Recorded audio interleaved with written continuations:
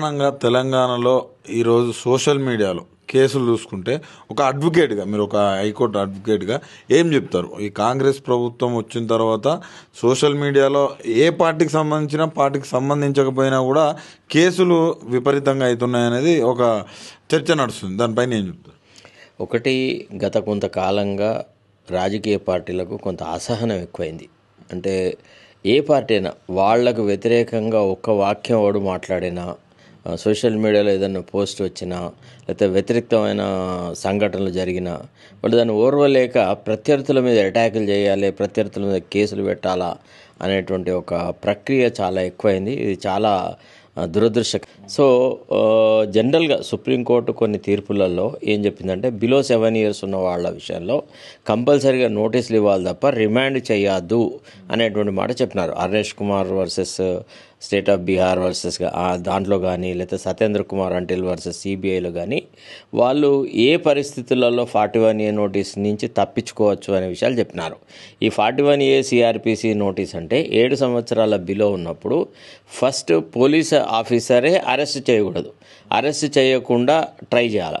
ఒకవేళ అరెస్ట్ అనివార్యం అయితే నేను గీ కారణాల వల్ల అరెస్ట్ చేస్తున్నా అని ఆ కారణాలు పొందుపరుస్తూ రిమాండ్ కేసు డైరీని పట్టుకొని మెజిస్ట్రేట్ దగ్గరికి వెళ్ళాలి. మెజిస్ట్రేట్ గారు ఏదైతే సిఐ గారు ఏదైతే లేకపోతే ఆ ఇన్వెస్టిగేటింగ్ ఆఫీసర్ ఏదైతే కారణాలతోని ఇతను అరెస్ట్ కంపల్సరీ అని చెప్తాడో అట్లాంటి కారణాలు సహేతుకంగా ఉన్నాయా లేదా మళ్ళీ మెజిస్ట్రేట్ క్రాస్ చెక్ చేయాలి. క్రాస్ చెక్ చేసిన తర్వాత మాత్రమే మనకి వాళ్ళను రిమాండ్ చేయాలి 167(2) కింద.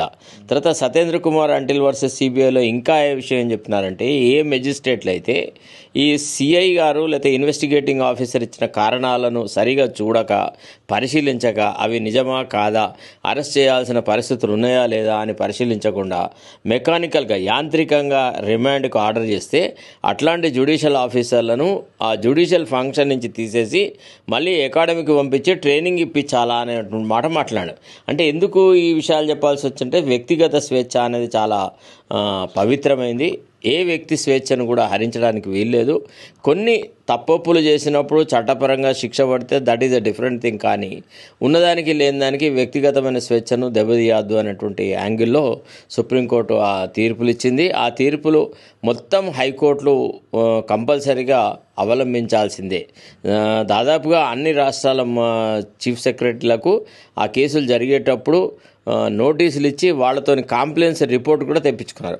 ఇది ఇట్లా జరిగినప్పటికి కూడా ఇంకా చాలా సందర్భాలలో కూడా మ్యాజిస్ట్రేట్లు అసలు ఏం పట్టించుకోకుండా యాంత్రికంగానే ఇన్వెస్టిగేటింగ్ ఆఫీసర్ తీసుకొచ్చి మేడం ఈయనను రిమాండ్ అడుగుతున్నాం అనగానే రిమాండ్ ఆర్డర్ చేస్తున్నారు. సో అట్లా ఇటీవల కొన్ని సందర్భాలలో జరిగింది. మా పెద్దపల్లిలో, అంటే ఇంతకుముందు ఉమ్మడి కరీంనగర్ జిల్లా పెద్దపల్లి, ఇప్పుడు పెద్దపల్లి టౌన్లో ఉన్న ఒక మ్యాజిస్ట్రేట్ కూడా 41A సిఆర్పిసి ఫాలో కాకుండా ఏ రకమైనటువంటి సుప్రీంకోర్టు తీర్పులను పాటించకుండా ఒక వ్యక్తిని అక్యూజ్డ్ని రిమాండ్కి పంపితే నేను హైకోర్టులో కేసు వేస్తే జస్టిస్ విజయసేన్ రెడ్డి గారు ఆ మెజిస్ట్రేట్ గారికే నోటీసులు ఇచ్చినారు. తర్వాత ఇంకో కేసులో కూడా జస్టిస్ లక్ష్మణ్ గారు నోటీస్ ఇచ్చినారు. సో కాబట్టి అంత సులభంగా వ్యక్తిగత స్వేచ్ఛను దెబ్బతీయడానికి వీల్లేదు. ఒకవేళ సార్ ఇప్పుడు సోషల్ మీడియాలో ఎవరినైతే అరెస్ట్ చేస్తున్నారో, తప్పుడుగా అరెస్ట్ చేస్తే వారిపైన ఎలాంటి కేసులు నమోదు? అంటే డిపార్ట్మెంటల్ యాక్షన్ కోసం ట్రై చేయాలి. తర్వాత అట్లా తప్పుడు విధానాల ద్వారా రిమాండ్ కనుక తీసుకుంటే వాళ్ళ మీద కంటెంప్ట్ ఆఫ్ కోర్ట్స్ యాక్ట్ కింద కేసులు పెట్టాలి. ఇట్లా రకరకాల విధానాలలో పోలీస్ ఆఫీసర్లు తప్పిదాలు చేస్తే వాళ్ళ మీద శిక్ష తీసుకోవడానికి అవకాశాలు ఉన్నాయి. మొత్తానికి ఇప్పుడున్న తెలంగాణ రాష్ట్రంలో అరెస్టులను ఎట్లా చూస్తారు? ఇప్పుడు ఇక చాలా పొలిటిసైజ్ అయిపోయింది పొలిటికల్ అడ్మినిస్ట్రేషన్.